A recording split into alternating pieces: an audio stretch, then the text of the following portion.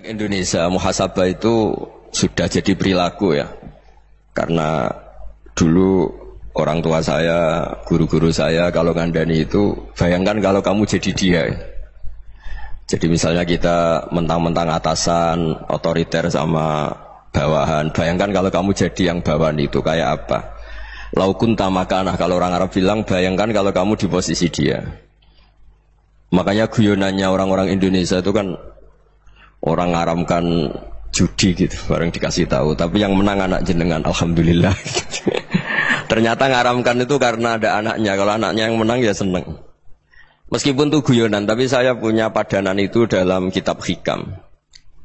Nabi Ibrahim itu Khalilur Rahman, tentu bencinya minta ampun sama yang namanya maksiat. Suatu saat beliau diterbangkan di alam malakut. Itu kalau di Hikam saya halaman 15 juga. Saya masih ingat betul. Mungkin kalau Anda beda halaman karena beda cetakan, atau nggak punya kitabnya, atau punya tapi tidak bisa baca. Nah itu jadi berbagai kemungkinan. Atau punya tidak bisa baca tapi dianggap jimat, atau digo pencitraan. Banyak itu kaji-kaji tidak bisa baca kitab tapi di ruang tamunya kitabnya besar-besar. Pencitraan itu, tapi ya bagus lah, nggak apa-apa untuk syiar. Setelah diterbangkan di alam malakut, diperlihatkan sama Allah, ada orang pezina, ada orang syaribul khomri, ada orang mabuk, ada orang macam-macam. Allah tanya sama Nabi Ibrahim, bagaimana pendapat kamu Ibrahim tentang mereka yang maksiat? Kata Nabi Ibrahim, ya Allah habisi saja mereka, mereka hidup di bumi engkau, makan rezeki engkau, kemudian mereka tidak taat sama engkau. Singkat cerita di fase itu, saya ulang lagi di fase itu, Allah nurutin sampai sekian peristiwa, mungkin 3 atau 4. Sudah, setelah sekian tahun Nabi Ibrahim lupa peristiwa itu, kemudian beliau diminta menyembelih anaknya. Ini versi kitab Hikam. Memang versinya banyak tentang kenapa Nabi Ibrahim disuruh menyembelih anaknya. Ketika mau menyembelih anaknya, Nabi Ibrahim ragu. Huwa samratu fuadi, anak saya ini buah hati saya, kenapa engkau suruh menyembelih?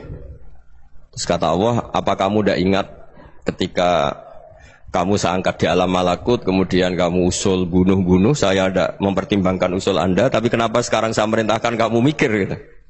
Terus, ya karena ini anak saya ya Allah. Terus kata Allah, rumang samu wong sumpukon mata ini gak gawean kau sing gawe kowe enak wae usul mata ini. Jadi sebenarnya saya yang bikin, kemudian Anda enak aja usul membunuh.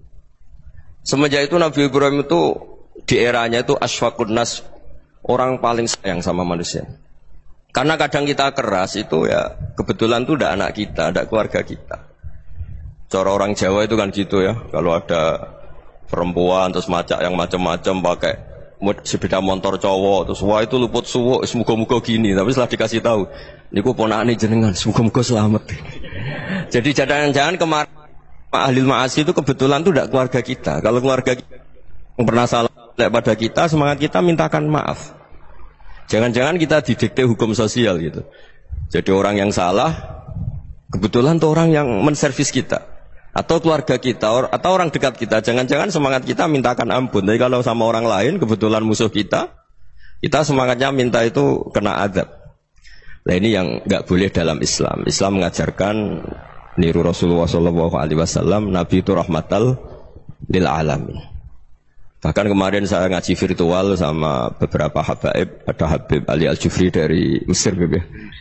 Ada Habib Alwi dari Kuitang, ada Habib Nabil Al-Musawa. Dari sekian habaib itu saya masih ingat diantaranya yang didawuhkan rahmatan lil alamin itu ketika Nabi adahu kaumuh, disakiti oleh kaumnya, dan itu mereka masih kafir semua. Itu mereka dapat doanya Nabi, Allah mahdi qaumi fa innahum la ya'lamun. Kayak apa baiknya Nabi, orang yang menyakiti, yang melukai, tapi Nabi masih berdoa, Allah mahdi qaumi fa innahum la ya'lamun. Sayyidina Umar dapat doanya Nabi itu ya khina kana kafiran, ketika masih kafir didoakan. Allahumma aizzal Islam bi Umar. Itu ketika masih kafir.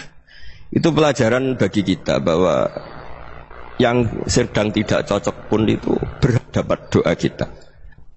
Ya doa supaya kondisi kita baik, hari tambah baik. Karena agama ini, saya berkali-kali bilang, limangka nayarjuwa hawal yawmal akhir. Agama ini diperuntukkan bagi yang selalu punya harapan pada Allah Subhanahu wa Ta'ala. Saya cerita muhasabah ini tentang hubungan kita dengan Allah. Di Indonesia itu banyak orang fasik, banyak orang nakal. Ya di mana-mana orang nakal itu ya mayoritas, wa aksaruhum fasikun. Tapi berkahnya harapan. Mungkin saya kira nakal sok benda, mungkin saya kira sholat sok ben sholat, mungkin sekarang belum sakho, belum dermawan, suatu saat dermawan. Barokahnya itu kefasikan ini dianggap sementara, sedang fasik, sedang tidak benar. Karena kiai-kiai kita, para guru-guru kita, para habaib utamanya itu mesti bilang semoga husnul khotimah. Nah barokahnya doa itu semoga husnul khotimah itu menjadikan satu pola sosial. Yang sedang fasik ini masih diharapkan jadi lebih baik, jadi lebih. Sehingga kita tidak ngambil sikap ekstrim, ya ingin menghabisi atau ingin mengadili, tidak. Karena selalu kita punya harapan. Dan agama ini limangkan erjuwo hawal yaum akhir. Bayangkan dulu kalau yang nakal itu anak kamu. Pasti kamu nggak ingin kan langsung dapat azab, dapat apa. Padahal kita semua jadi tokoh ini abul kulli, bapak dari semuanya. Sehingga ketika Rasulullah SAW jalan-jalan kemudian melihat perempuan sedang menyalakan api. Kalau apinya mati ditiup, anaknya dijauhkan. Nanti kalau sudah jauh dari api, anaknya digendong lagi. Terus kata Rasulullah, matur ke semua sahabat, Aro'aitum anna hadih tarihatan waladaha alan nar. Apa kamu berpendapat bahwa perempuan ini akan melemparkan anaknya ke neraka? Tidak ya Rasulullah. Tidak akan seorang ibu melemparkan anaknya ke api. Terus kata Rasulullah, Allahu arhamuh min hadih biwaladiha. Allah lebih rahman, lebih rahim dibanding orang tua ini kepada anaknya. Ini yang harus kita kenalkan terus, kita kampanyakan terus, supaya orang hubungannya dengan Allah itu nyaman, asik. Sehingga dengan demikian selalu ada harapan bahwa yang sedang nakal ini suatu saat tobat. Kita tidak boleh menghukumi pasti begini, pasti gini, itu tidak wilayah kita. Itu juga yang dicontohkan Rasulullah SAW. Secara lahir Nabi itu nggak berkenan sama Wahsy, karena Wahsy itu salahnya salah fatal karena membunuh ahabban nasi ila Rasulillah, yaitu membunuh Sayyid Hamzah. Jadi ketika Wahsy tobat, Nabi itu terima tobatnya. Dan ketika beliau dengan basariyahnya agak siap ketemu Wahsy karena harus ingat Sayyid Hamzah, basariyahnya diturutin. Oke, kamu iman saya turutin, tapi jangan sering ketemu saya. Karena kalau ketemu kamu saya masih ingat sama paman saya Sayyid Hamzah. Kita bisa ngelola seperti itu. Kita tidak cocok sama orang, bagaimanapun mereka umat Rasulullah SAW, kita tetap mencintai mereka. Misalnya kalau beda agama, mereka sama-sama orang Indonesia, kita mencintai mereka atas nama warga Indonesia. Tapi kalau misalnya potongannya ora cocok, beda kultur, bawaannya itu mangkel no coro Jawa, ya bisa diilmoni, jangan ketemu. Wong sudah tidak cocok, ingin ketemu nyari solusi. Roh ini tok seneng itu kan ya repot itu. Ya sudah kalau nggak mati cocok ya jangan sering ketemu. Dan itu kita bisa memanage seperti itu tuh bisa. Saya berkali-kali cerita tentang Imam Syafi'i. Kalau dikasih tahu ya Imam Abu Abdillah, panggilannya Imam Syafi'i, tetangga anda ini ternyata banyak yang nggak senang anda. Jawabnya beliau senang. Ya bagus kalau nggak senang saya, ndak utang saya katanya. Jadi gara-gara saman seneng aku ngatur aku ini kan. Dan mungkin saman rasa seneng kan ya enak. Jadi hidup itu dianggap happy. Kalau seneng ya teman silaturahim, kalau nggak seneng ya nggak bakal utang gitu. Baru kayak seneng itu nggak ganggu. Gitu. Jadi dulu itu orang bisa ngelola seneng nggak seneng itu bisa. Karena ada kearifan hubungan dengan Allah Subhanahu wa Ta'ala. Hidupnya selesai karena masyghul bi dzikrillah. Mereka sibuk dengan Allah. Makanya kata ulama-ulama tasawuf, kamu jangan melihat manusia perilakunya, tapi kamu juga harus ingat yang gerakkan semua itu Allah Subhanahu wa Ta'ala. Dengan demikian kita farah, kita senang. Makanya Nabi kalau ngutus Anas bin Malik kemudian nggak kesampaian yang diinginkan karena Anas main, ketika garwa-garwani Nabi agak tersinggung, Nabi andikan Allah menghendaki yang saya inginkan kesampaian, pasti itu kesampaian. Jadi dianggap kegagalan Anas nggak manggil yang dituju Nabi itu ya kersane Allah, ya enteng saja. Sayyidina Ali lebih parah lagi yang dialamin. Itu dalam beliau kalau dipanggil itu nggak cepet-cepet ke sana. Ketika ditanya, kenapa kamu tak panggil gak cepat ke saya? Amin tu ukubatak. Karena aku tahu engkau orang baik. Orang baik itu pemaaf. Jadi makanya orang-orang soleh dulu itu bodoni itu. Makanya sekarang kalau ada orang bodoni itu mesti bidik orang soleh.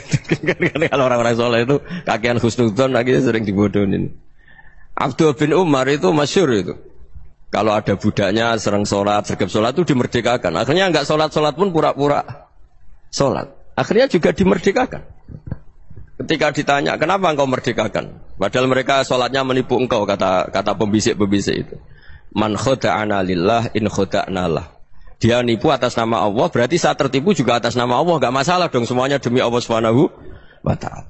Jadi ketika kita ketemu mensifati Allah Ta'ala itu ghafir, Allah pemaaf. Jangan kamu gak fair untuk diri kamu nyifati Allah ghafir, pada orang lain Allah kamu sifati syadidul iqab. Jadi Allah kamu atur, kayak MC tadi ngatur saya. Jadi Allah itu apa? Kalau pada saya ghafir, kalau pada musuh saya syadidul iqab. Itu tidak fair. Kalau Anda punya harapan kepada Allah karena Allah Rahman Rahim, Allah ghafir, sebenarnya Allah pada musuh kita ya bisa saja Allah ghafir, bisa saja Allah Rahman Rahim. Sehingga kita melihat orang lain yang kita tidak cocok itu ya enteng saja. Itu min ummati Rasulillah sing tanaluhu syafa'atuh, tanaluhu sa'atu rahmati, tanaluhu fair. Jangan dengan kita kayak mesti dapat rahmat, jangan orang lain kayak Allah pasti syadidul iqab. Itu tidak boleh. Sehingga ketika ada orang Badui, singkat cerita orang Badui ini kencing di masjid, semua sahabat membentak dia. Yang enggak bentak hanya Nabi tok. Saking mangkelnya orang ini karena semua sahabat bentak kecuali Nabi. Setelah dibenarin Nabi, terus Nabi nyuruh sabbu ali dhanuban min ma'in. Setelah disucikan masjid itu, dia berdoa keras sekali. Allahumma arhamni wa Muhammadan wa la tarham ma'ana ahadan. Ya Allah, yang berhak dapat rahmatmu hanya saya dan Nabi Muhammad, yang lainnya jangan. Karena yang lainnya tuh jengkelin, gitu aja saya salah dimarah-marahin gitu. Jadi kalau kamu doa terbatas ya kayak orang Bedui ini, kayak orang Arabi. Apa kata Nabi? Laqad tahajjarta wasi'an. Allah yang rahmatnya luas menjadi kamu sempitkan. Karena kamu mau atur Allah hanya Rahman pada Indonesian Power, pada NU, pada kita, yang orang lain nggak perlu dapat. Itu kan kasihan Islam, karena Islam terus nggak dimiliki semua orang. Allah nggak dimiliki semua orang, Rasulullah nggak dimiliki semua orang, karena di NU, di ormas tertentu, di nggak boleh seperti itu. Nggak boleh takhasir tawasian, kata Nabi, nggak boleh mempersempit zat yang rahmatnya itu luas. Ini semoga etika ini kita pakai di Indonesia. Yang sedang fase kita harapkan lebih baik. Yang sedang nggak dapat hidayah kita doakan dapat apa? Hidayah. Masyhur kan, makanya tadi saya mohon sama Habib Ali supaya Habib Ahmad supaya tetap mahalul qiyam, tabaruk sama Habib Ali. Di antara doa-doa di Simtuduror masyhur itu antuqa bilal mudhniba minnah fil ghufran wal musi'ah bil ihsan. Jadi harapannya para habaib, para orang-orang baik dulu ya, semoga yang dosa itu dimaafkan, yang sedang salah dibuka, bikin lebih baik. Nabi itu tugasnya juga gitu. Wastaghfir li dzambika walil mu'minina wal mu'minat. Nabi itu tugasnya juga memintakan ampun yang sedang salah. Nah ini cobalah jadi etika kita, muhasabah kita. Jadi muhasabah itu cara berpikir kita set, kita pikir ulang. Ternyata semangatnya seorang nabi itu wastaghfir li dzambika walil mu'minun. Semangatnya itu memintakan ampun. Orang ahli tafsir tahu semua kalau Nabi itu tidak mungkin dosa. Jadi itu khitabun Nabi wa urida bihi ummatu, itu khitab Nabi, tapi yang dimaksud itu umatnya, karena Nabi tidak akan mengalami dzambun, tidak akan mengalami dosa. Sekarang enggak, kadang-kadang kita ini kalau orang lain salah itu semangat.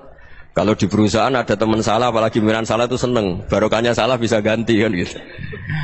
Jadi kalau mungkin di dunia tokoh juga gitu, barokahnya ada tokoh salah, kita yang jadi populer sendiri, tidak boleh seperti itu. Kita harus salimus sodri di jami'il muslimin. Jadi ini harus dilatih. Saya tadi matur sama Habib Ahmad, latihan kita jadi hidup. Nabi itu kalau resep jadi wali itu kata Nabi gampang. Kata Nabi, kalau kamu ingin disenangin Allah, ya sudah. Kalau kamu asbahta wa amseta gini-gini, perasaan kamu, kata Nabi, jangan punya perasaan ghil sama orang muslimin. Itu sudah wadzalika min sunnati. Makanya Nabi ngendikan la yablughni ahadun an ahadin syai'an. Ada yang baca la yuballighni ahadun an ahadin syai'an. Seseorang jangan melaporkan ke saya tentang salahnya yang lain. Fa inni akhruju ilaikum wa ana salimus sadri, karena saya ingin ketemu sampean semua dalam keadaan salimus sadri, tidak punya perasaan apa-apa. Karena kalau nurutin membisik, nurutin informasi itu ya repot, karena orang pasti sepihak. Ada kiai yang top, datang ke kampung-kampung ning desa-desa. Kata yang seneng itu punya akhlak. Wah itu bagus orang besar datang ke kampung-kampung. Kata yang enggak seneng, wah itu jobnya kiai kecil kok diambil, itu kan ya kasihan itu kan sudut pandang. Makanya saya sering bilang, akal kita ini cukup untuk mentasdik Rasulullah SAW. Meskipun perasaan kita kadang orang Jawa itu beda. Saya berkali-kali bilang sama peneliti dari Jogja, kenapa sih Gus para nabi itu kok poligami istrinya banyak? Nabi Dawud katanya itu berapa? Nabi Sulaiman malah jumlahnya agak terbatas ini. Nabi Muhammad itu paling sedikit. Saya tanya gini, perempuan itu orang lemah, jadi kalau nolong orang satu gimana baik? Kalau nolong orang dua ya lebih baik, ya sudah kira-kira seperti itu. Paling tidak akal kita masih tahu, kalau orang baik, itu kan mesti baik. Nolong orang satu baik, nolong orang dua ya lebih baik, nolong orang tiga lebih baik. Tapi kalau kamu orang nggak baik, satu saja kamu terlantarin, kamu miskinkan, kamu... Ya tinggal diukur kan, kalau orang baik, nambah baik. Tapi kalau orang buruk, tambah buruk. Nah itu akal. Akal kita bisa menganalisis kenapa sih nikah itu ada yang poligami, ada yang enggak. Ya sudah, ukur saja diri kamu. Misalnya kayak saya elek keriting, rabi terus. Memperbanyak wong elek, orang perilaku netok raine dadi elek kabeh gitu. Tapi nak kowe ku ganteng, alim, ganteng, sugih. Anake ganteng-ganteng, berhubung kowe saleh ahli swarga kabeh. Mertua yo bangga karena karir kamu meyakinkan. Ini mertua kamu aja gak bangga mau nambah. Ipar gak bangga, mertua gak bangga, desa kamu yang kamu wayai juga gak beda dengan Nabi ketika nikah Juwairiyah itu nggak ada pernikahan sebarokah Nabi dengan Juwairiyah itu Azharu Rasulillah. Di situ habis perang banyak tawanan gara-gara jadi besanya Nabi langsung dibebaskan semua karena Azharu Rasulillah. Sekarang besanya Kanjeng Nabi. Dulu Abu Sufyan mangkalnya bukan main sama Nabi gara-gara putrinya dinikah terus langsung jadi. Kalau kamu kan enggak, nikah satu, nikah lagi, satu kampung musuh kamu. Karena istri pertama ya cemburu, yang kedua agak bangga. Wah itu selesai itu di dunia wal akhirah. Maksud saya, nganalisis Islam itu harus pakai akal. Dan akal yang dipakai, ini saya bawa ke kitab Ihya adalah pikiran-pikiran para ulama. Makanya ketika Imam Ghazali ketika ditanya, "Fakaifa bi muslimin fasikin?" Asawaha fi jami'i amri. Kalau kalian ketemu orang fasik, orang Islam tapi fasik, perilakunya enggak ada yang benar. Kata Imam Ghazali jawabnya lucu, aneh. Ma min muslimin illa wa islamuhu ta'ah. Enggak ada orang Islam kecuali dia mau Islam, membenarkan Allah dan Rasul itu sudah taatnya dia. Kok kamu enggak bisa melihat taatnya dia? Dia pikirannya kan ini pemabuk, ini tukang apa. Tapi kata Imam Ghazali, sebenarnya kamu masih bisa berpikir positif. Ma min muslimin illa wa islamuhu ta'ah. Tidak ada seseorang Islam ketika dia milih Islam itu pasti ada taatnya, yaitu tasdik pada Allah dan tasdik kepada Rasulullah Shallallahu Alaihi Wasallam. Jadi dengan pola seperti itu, maka di antara guru-guru kita yang modern ya di era Mbah Maimun, di sini ada Habib Ahmad, Habib Salim, syair yang sering dibaca beliau adalah ada orang munajat sama Allah, ini cerita munajat. Itu orang itu ngendikan gini, ana muznibun, ana mukhtiun, ana asi. Huwa rahimun, huwa ghafirun, huwa afi. Ya Allah, saya mukhti, saya orang yang salah. Ana mudnib, saya orang yang dosa. Ana asin, saya sering maksiat. Tapi engkau ya Allah, engkau ghafir, pemaaf. Engkau rahim, maha pengasih. Engkau afin, yang mudah memaafkan. Terus kata orang ini, ya agak kurang ajar, tapi saking senengnya sama Allah. Qobal tuhunna salasatan bisalasati. Ya gini saja ya Allah, sifat engkau diadu dengan sifat saya. Engkau Tuhan, Gusti, enggak boleh kalah katanya. Terus wasatahliban ausofu ausofi, dan engkau pasti pemenangnya gitu. Jadi ada orang rayu Allah dengan cara seperti itu ya ada ya. Saya ini manusia, salah saya banyak. Engkau ampunannya banyak. Engkau Tuhan, Gusti, enggak boleh ampunan Anda, ampunan engkau kalah dengan salah saya. Enggak boleh Tuhan kok kalah. Jadi untuk supaya orang punya harapan gitu. Banyak juga wali-wali yang jadab ketika datang ke makam Rasulullah SAW. Itu kalau dongo ya agak kacau sebetulnya, cara syariat agak kacau. Ya Allah, engkau punya dua pilihan. Jika engkau menjadikan saya soleh, surah habibuk, yang senang kekasihmu, yaitu Rasulullah SAW. Tapi jika engkau menjadikan saya fasik, surah adubuk, yang senang itu setan. Monggo jenengan mau menyenangkan kekasih jenengan, mau menyenangkan musuh jenengan, monggo. Jenengan bebas kok memilih. Mestinya Allah ya senang menyenangkan kekasihnya. Jadi ya, intinya Allah dipaksa untuk menjadikan dia orang soleh gitu. Jadi kayak kemarin itu Pak Bu siapa yang kesini itu, yang sama jenengan itu. Kuliah ke sini itu sama Habib Ahmad. Saya pertama enggak mau, lama-lama Habib Ahmad. Ini gimana Gus? Orang taunya saya dekat jenengan, kalau enggak kasih saya waduh. Ini kayak doanya wali yang tadi. Enggak punya pilihan, Bu. Enggak ada pilihan ini. Jadi saya mohon muhasabah itu dimulai cara berpikir. Makanya di sini sebetulnya tag ini supaya dapat barokahnya Ihya. Ini kitab yang disenangi para habaib, para ulama. Sebetulnya tag di muhasabah itu redaksinya gini ya, yang lengkap. Hasibu anfusakum qabla an tuhasabu wa zinuha qabla an tuzanu wa tahayya'u lil ardil akbar. Jadi ada kata wazinu, jadi ukur. Perilaku Anda ini diukur, ditakar. Misalnya kita sebagai suami kan ya punya hal-hal yang kita tidak ideal. Cara wong Jawa mesti pesek. Cara rezeki ya pas-pasan. Dan kita juga kalau makanya enggak boleh tanya istri begini, apa saat cinta pertama Anda? Pasti Anda kecewa. Orang jadi istri hanya korban terakhir gitu. Sudah. Karena orang kalau ngelamar kemana-mana enggak jadi istri itu pasti korban terakhir itu. Jarang istri pilihan pertama, jarang. Ayo semua yang nikah. Rata-rata itu pilihan Anda pertama Pak, dari sekian ditolak di mana-mana terus. Ya perempuan terakhir. Kamu juga korban terakhir gitu. Itu wali-wali dulu kalau ngandani kita itu sederhana. Antal ini masyhur diceritakan Habib Zain bin Sumit dalam kitab Al-Manhajus Sawi. Antalam tajid min nafsika kullama turid. Fa kaifa turidu min ghairika kullama turid. Kamu yang ingin ideal saja, kamu tidak menemukan pada diri kamu untuk menjadi ideal. Kamu kan ingin ganteng, ingin punya uang banyak, ingin perilaku Anda sempurna. Anda saja yang punya keinginan tidak bisa mewujudkan keinginan Anda sendiri. Fakaifa turidu min ghairika ma turid. Jadi antalam tajid min nafsika kullama turid. Fakaifa turidu min ghairika kullama turid. Kamu yang punya keinginan saja. Misalnya saya ingin punya uang banyak, perilaku saya selalu benar, gak pernah salah. Loh, saya yang ingin saja dengan diri saya, gak bisa untuk benar terus. Kok kamu berharap orang lain selalu benar? Jadi anta lam tajid ya sama. Kalau kamu menuntut istri kamu itu ramah, neriman, apa kamu neriman sama wajah istri Anda gitu? Engko ya pola neng dindi jajaki sana jajaki sini kamu sendiri ndak pernah apa. Jadi itu nasihat yang luar biasa. Antalam tajid min nafsika kullama turid, fa kaifa turidu min ghairika kullama turid. Kamu mau menghormati semua orang, enggak mau kan? Kemudian Anda berharap semua orang menghormati kamu.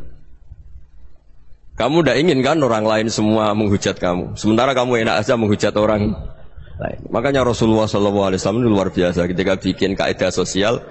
Apa la yu'minu ahadukum hatta yuhibba li akhihi ma yuhibbu li nafsi. Jadi kalau ukuran iman itu sederhana. Kalau sesuatu itu baik, nyaman bagi Anda ya bayangkan itu pada teman Anda. Misalnya Anda bangun tidur sudah acak-acakan, enggak punya uang, utang jatuh tempo, kan enggak ingin ketemu orang.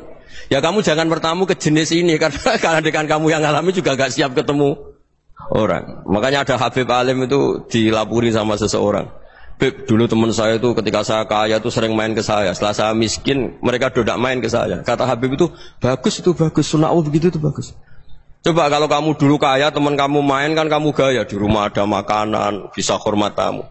Setelah kamu miskin jadi buruh manol di pasar atau buruh bikin boto, teman kamu datang, malu enggak kamu? Mendingan enggak datang gitu.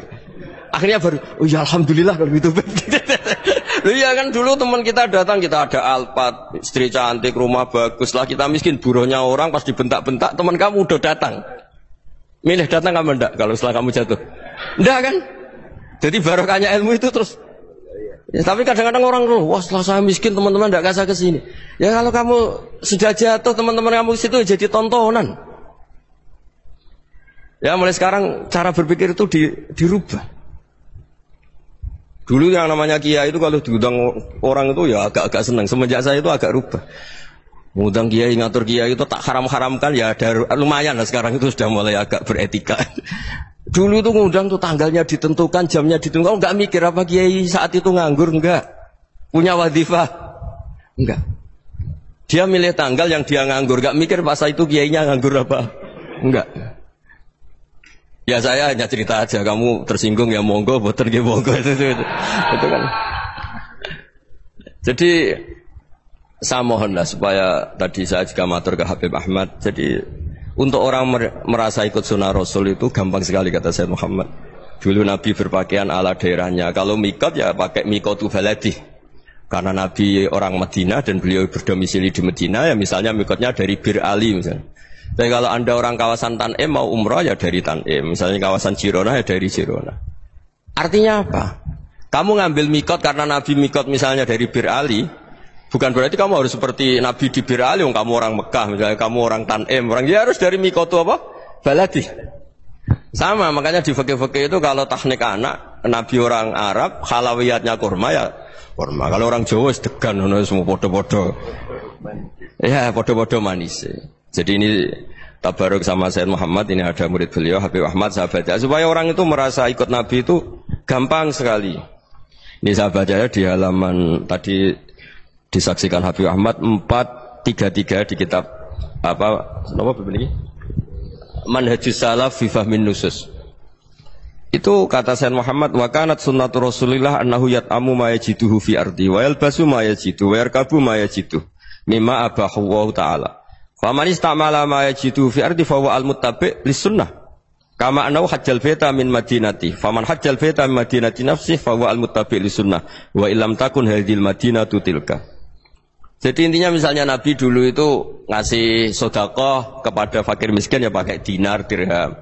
Ya kalau orang misalnya sedekah pakai rupiah ya sudah ikut sunnah Nabi. Jangan, lu Nabi pakai dinar loh, kamu kok pakai rupiah. Dulu dinarnya Nabi udah ada tulisannya Bank Indonesia, kamu ada tulisannya Bank.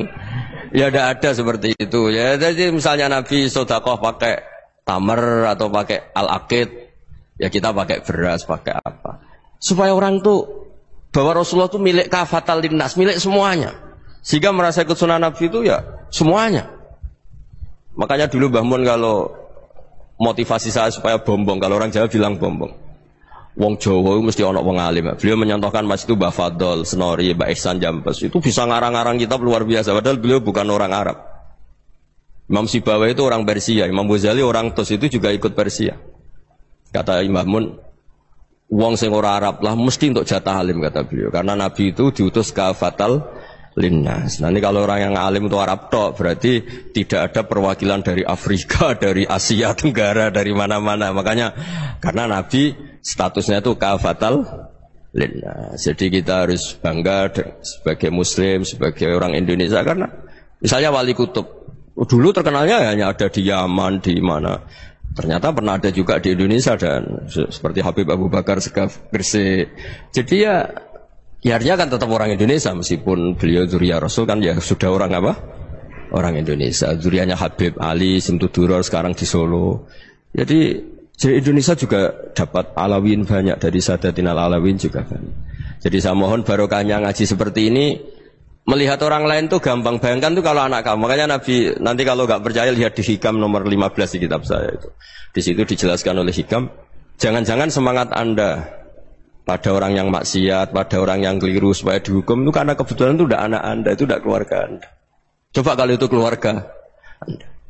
Makanya kalau saya guyonan di Jogja itu ada pembantu mecahkan piring terus dimarahi majikannya, saya mesti guyon gitu. Pasti itu pembantunya tidak cantik. Kok bisa Gus? Andai kan cantik dan kamu senang mecahno piring satu, piring 1000 ora iso ngamuk kowe. Ternyata ngamuknya itu karena mecahkan piring apa karena plus tidak cantik? Coba jawab para lelaki nih. Kamu marah sama orang maksiat tuh karena maksiat karena plus itu udah anak Anda. Bayangkan kalau itu anak Anda. Itu hebatnya Rasulullah SAW. Karena kita yang salah pun kadung umatnya, Nabi tetap ngasih fasilitas syafaati li ahlil kabair min ummati. Kayak apa baiknya Nabi? Tidak ikut maksiat tapi ikut fasilitasi ngasih syafaat. Loh kalau li ahlil ibadah kan wajar. Nabi ketika ini syafaati li ahlil kabair min ummati. Ya karena tadi logika yang dibangun Rasulullah itu logika yang luar biasa. Kita semangat orang lain kena hukuman itu karena kita tidak punya ra'fah, tidak punya rahmah. Coba kalau Rasulullah yang bil mu'minina ra'ufur rahim, semangatnya itu mendoakan supaya tobat, mendoakan diampuni. Dan itu juga yang diperintahkan oleh Allah Subhanahu wa taala, wastaghfir li dzambika walil mu'minina wal mu'minat. Ya semoga barokahnya ngaji ini, barokahnya Habib Ahmad, barokahnya Maulid Simtuduror, barokahnya semua kitab Madaih, Tiba Berjanji semuanya, barokahnya Ikhya, barokahnya Said Muhammad, barokahnya guru kita semua, Mbah Maimun, bapak saya. Kita ini ngikuti manhaj, ya, ngikuti apa? Manhaj. Saya sering didawi Mbah Mun, kenapa ihdinas siratal mustaqim bukan siratoka?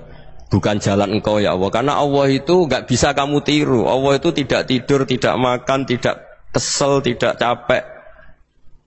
Yang bisa ditiru itu siratal ladzina an'amta alaihim. Yang bisa ditiru manusia ya niru manusia. Karena Allah itu tidak bisa ditiru. Makanya ihdinas siratal mustaqim siratal ladzina. Dan niru siapa? Niru guru-guru kita. Termasuk niru cara pandang. Jadi misalnya ada orang awam di rumah itu hanya delok reng, delok tikus liwat, itu kan kayak nganggur. Kok ora tahajud malah mendelok reng. Melihatnya jangan gitu.